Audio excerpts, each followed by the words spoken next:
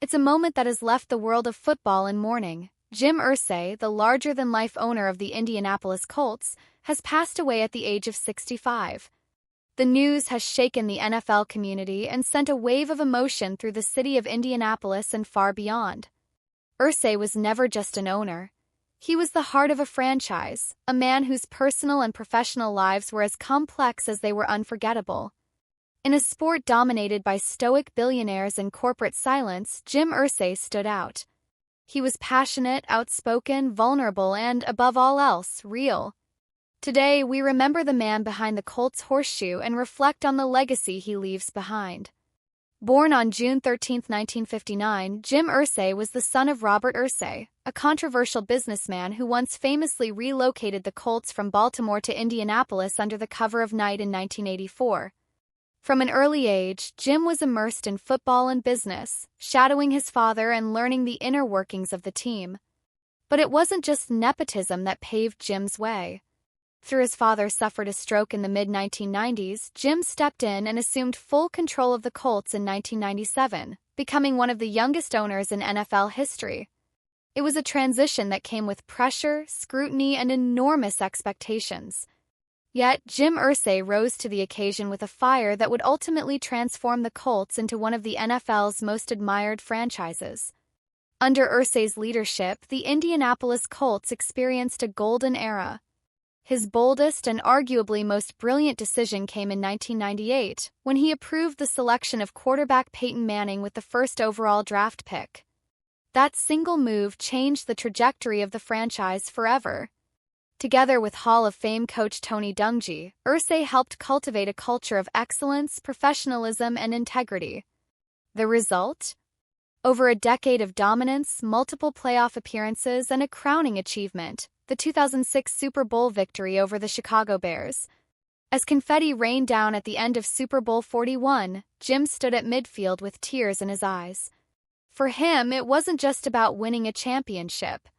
It was about proving he could carry the torch his father passed to him and make it burn brighter than ever. Yet, even amid the highs of professional success, Jim Irsay's personal life was a storm of its own.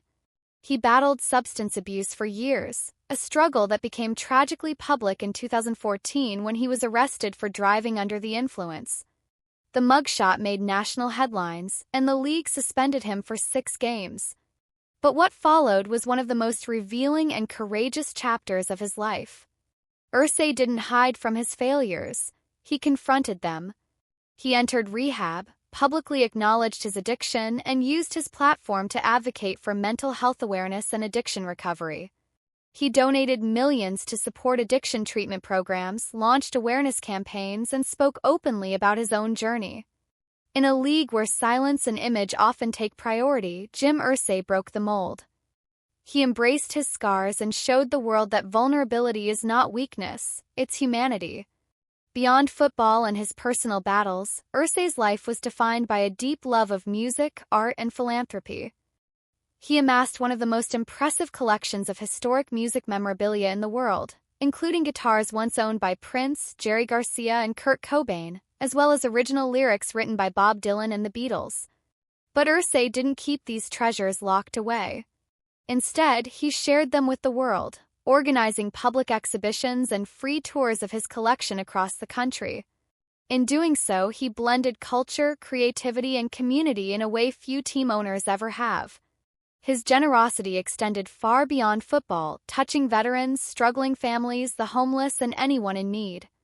Those who knew him best often spoke not about the billionaire or the football boss, but about the man with the enormous heart who never turned away from someone in pain. The news of Jim Irsay's passing came quietly but hit loudly. He reportedly died peacefully, surrounded by loved ones. The Colts organization released a heartfelt statement calling him a visionary, a fighter, and the soul of our franchise. Fans quickly gathered outside Lucas Oil Stadium, leaving flowers, Colts jerseys, handwritten notes, and candles. Some cried. Others simply stood in silence, reflecting on what he meant to them, not just as a team owner but as a fellow Hoosier who wore his heart on his sleeve. One fan left a note that read, "You gave us hope. You gave us football. And you gave us you. Thank you, Jim." Tributes began to pour in from across the NFL. Peyton Manning, visibly emotional, said, "Jim wasn't just my boss. He was my friend, my brother, and my biggest supporter. He believed in me when it mattered most. And he never stopped believing in this team, this city, and the people around him." Other players echoed similar sentiments, recalling how Irsay would often call them personally during tough times, offer words of encouragement, or even help them through their own struggles. Coaches, media figures, and league officials praised his unfiltered honesty and deep love for the game. NFL Commissioner Roger Goodell called Irsay one of the most passionate owners the league has ever seen, an advocate for players, for progress, and for compassion.